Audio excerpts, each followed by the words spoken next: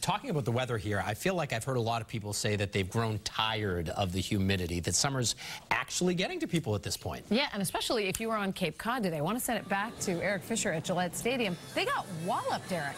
It's tremendous rainfall earlier on this morning, David, Elisa. And, you know, I think that really when you get to the end of any season, there's a little bit of seasonal fatigue. We're so used to the changes and kind of mixing it in and out here in New England that by the time you get certainly to the end of winter, the end of spring, you're ready for the next thing. And once we head into August, yeah, we've had our fair share of humid nights. You might be looking forward to that first strong fall front. Not arriving tonight, but we are going to see a little bit of drier air move in. Temperatures are quite warm, near 90 in many towns. Boston did hit 90 earlier on this afternoon. We look to the west. All right, that Pittsfield dew point's looking pretty good. 59 degrees, 57 in Rutland.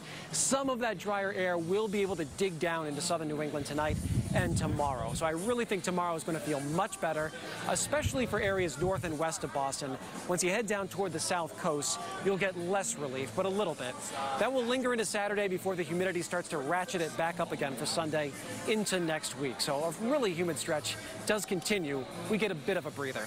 For the Patriots tonight, I'll tell you, the breeze, it's feeling pretty good out here. The sun's dipping. We'll be in the 80s at kickoff, 70s in the fourth quarter with a clear sky. Really an excellent summer night once you get out of that big heat of this strong sunshine that we have this time of year.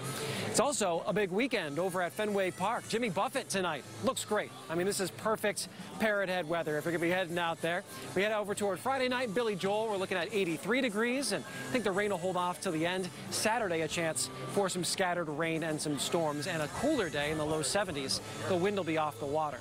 So looking at our hour by hour tonight, we've got clear skies. We'll stay in the 70s in Boston, but west of town, we've got 60s. It won't be as hot or humid as the last few nights.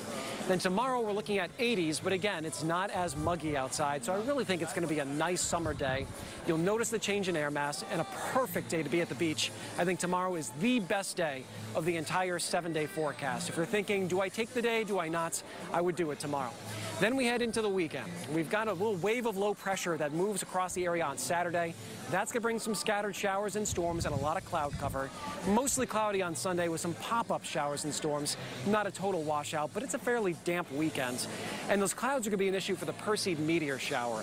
You'll get great viewing on both Saturday night and Sunday night in terms of number of meteors, but we might get some breaks in the cloud cover. We're going to be battling it both of those nights. Here's the full 7-day. We stay in the 70s this weekend with that onshore breeze, near 80 on Monday, Tuesday with scattered storms, and the humidity will be back up and some storms on Wednesday as well. We want to bring in good friend Steve Burton, a sports director, who is looking happy to be here. The breeze is feeling nice, huh? Are you going to stay for the game? I might stay for a kickoff. All right. Maybe just a little bit. Eat a little bit. The sausages on the grill smell pretty good. I'm going to have to peruse those. Everything smells good around here.